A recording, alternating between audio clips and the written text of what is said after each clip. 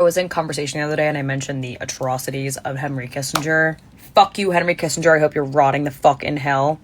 Anyways, and they were basically like just shocked at the anger I held towards Henry Kissinger and where I held him in the list in ordinance of horrible human beings and political figures of, you know, general modern time. There is a misconception in America because we are all vastly undereducated for the most part, and our history's just been generally rewritten and told how we want it to be told, that there's only really a handful of people who have just been terrible in history. Nope. And guess where some of those people come from?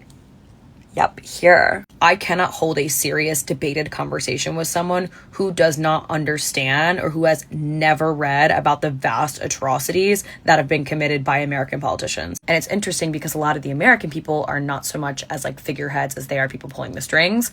I mean, they are notable people, but more to their generations. They don't hold up in like history books as well.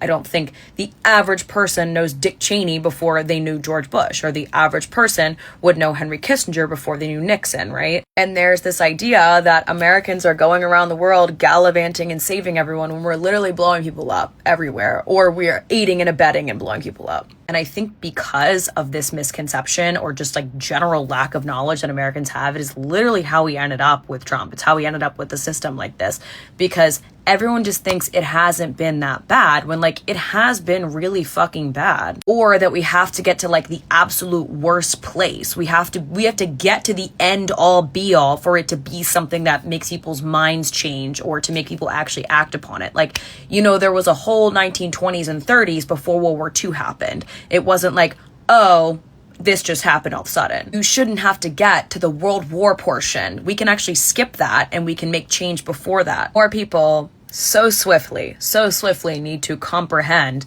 that you do not get to murdering hundreds of millions or millions of people by accident. You don't just get there with like a one fell swoop thing. It is years and years of other people and other lawmakers and other evil folk collaborating to get to that one place that then causes a catastrophic event. More Americans need to understand that our system is either A, complicit, or B, doing the murdering. But I bet if you Googled figureheads that have killed millions of people, Henry Kissinger probably won't come up because we own Google.